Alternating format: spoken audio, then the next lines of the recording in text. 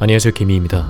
현재 제오인격에 다시는 없을 화려한 이벤트들이 계속되고 있는데요. 지난 오르페우스 소설가에 이어 이번엔 지금까지 베일에 쌓여져만 있던 어린 소녀에 대한 이야기가 드디어 모습을 드러내기 시작했죠.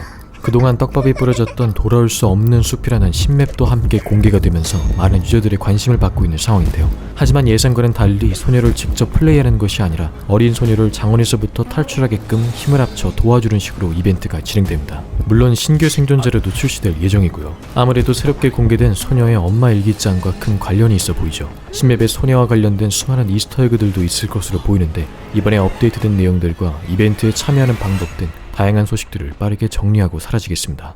먼저 이벤트 참여 방법입니다. 우선 소설가 이벤트는 현재 종료가 된 상황이고요. 소설가는 나중에 상점에서 만나보실 수 있습니다. 지금은 그 다음 내용인 소녀에 대한 이야기가 진행 중에 있는데 앞에 스토리를 먼저 진행하셔야 소녀에 대한 이야기를 보실 수 있고 그 후에 이벤트 참여가 가능합니다. 오른쪽 상단에 보시면 1-30으로 표시되고 있는데 혹시나 진행이 안 되거나 헷갈리시는 분들은 옆 숫자를 통해 자기가 어디까지 진행했는지 확인해 보시기 바랍니다. 스토리 진행이 안 되시는 분들은 아마 튜토리얼이 끝난 뒤 진행해야 하는 랭킹전 미션을 안 한 걸 수도 있기 때문에 하나씩 차근차근 깨나가시면 되겠죠. 스토리 관심 없어서 깨고 싶지 않은 분들도 계시겠지만 다음 주에는 아마 새로운 감시에 대한 스토리도 함께 풀릴 것으로 예상이 되기 때문에 미리미리 깨주시는 것이 좋을 것 같습니다. 이번 이벤트의 최종 보상은 캐릭터가 아니라 시즌 18의 정수로 보이는데요. 지금은 공개가 되지 않은 다음 주에 소녀의 황금 스킨과 함께 신규 생존자로 출시될 것으로 보입니다. 신맵과 신캐를 같이 출시해버리는 건 내리지도 오바라고 생각했던 걸까요? 아직은 소녀의 능력이 공개되지 않은 상황이지만 이 게임의 핵심 주인공이자 희귀한 생존자인 것임은 분명하기 때문에 많은 유저들의 지갑이 슬퍼할 예정이죠.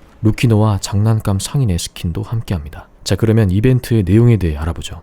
저번과는 달리 생존자로 체험하는 게 아니라 어린 소녀가 여러분의 팀에 함께 합류하게 됩니다. 여러분은 이 소녀가 장원을 탈출할 수 있게끔 힘을 합치는 것이 이번 게임의 주 목적인데요. 감시자는 한 명이라도 못 나가게 무조건 올킬 하셔야 합니다. 소녀가 탈출하지 못하게 막는 것이 감시자의 목표이기 때문이죠. 게임이 시작되면 4명의 생존자가 같은 공간에서 모여 시작하는데 이때부터 생존자들은 각자 흩어져 맵 어딘가에 숨어있는 여자아이를 찾아내야 합니다. 이 시간 동안은 해독하는 게 아니라 소녀를 찾는 것만이 허락되며 감시는 소녀의 위치가 빨간색으로 표시가 되는데 생존자들이 찾지 못하게끔 2개의 스킬을 이용해 소녀를 유혹하게 됩니다. 첫 번째 스킬은 소녀가 좋아하는 인형으로 미끼를 던지는 것이고 두 번째 스킬은 소녀를 은신시켜 생존자가 못 보게 하는 기능입니다. 근데 벌써 다들 고였는지 바로바로 찾아내는 나이스한 모습이라 바로 넘어가죠. 생존자가 여자아이를 찾아내면 본격적으로 게임이 시작되는데 게임 방법은 이전과 똑같습니다. 소녀를 찾아낸 생존자는 여자아이와 함께 하나가 되어 움직이게 되는데 함께하는 동안은 옆에 펫처럼 따라다니게 되죠. 이걸 동기화라고 하는데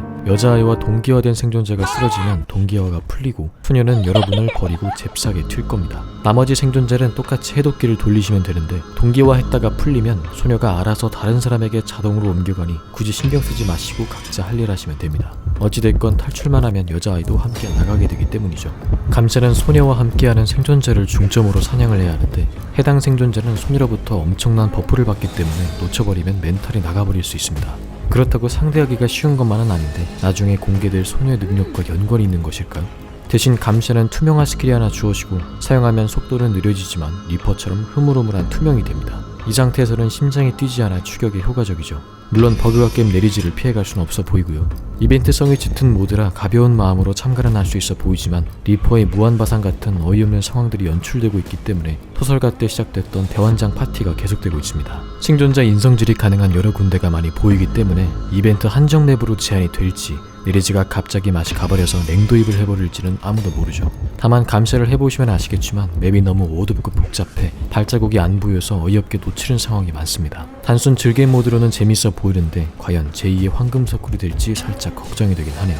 근데 이렇게 업데이트를 일주일 간격으로 하는 경우는 거의 없어서 굉장히 신기하죠. 거의 영상을 잘 안 올리는 개미가 하루 만에 영상을 올리는 일과 비빌만 한데 떡밥을 던져준 내리지한테 씁쓸한 땡큐 사인을 보내고요. 신규 생존자 소녀가 다음 주 출시로 미뤄진 가운데 어떤 능력을 갖고 장원에 참가하게 될지 감시자의 정체와 능력은 무엇인지 풀려야 할 스토리는 아직 많이 남아있는 상황입니다. 스토리가 궁금해서 시작했지만 업데이트 가능성이 안 보여 접으셨던 분들에게는 희망의 소식으로 보이는데요. 추리공포 게임 장르를 오랜만에 다시 맛볼 수 있지 않나 생각합니다. 예전에는 출구에 불도 안 들어와서 일일이 벽을 짚으며 탈출해야 했던 다같이 킹갓 변호사 시절이 있었는데 그 시절이 참 그리워지는 순간이죠. 맵에 숨겨져 있는 다양한 이스터에그들도 보여서 파헤쳐 보고는 싶지만 능력이 안 되는 관계로 빠이.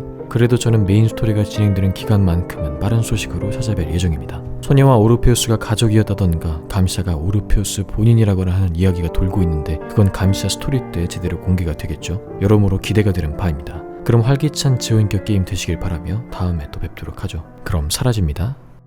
얍.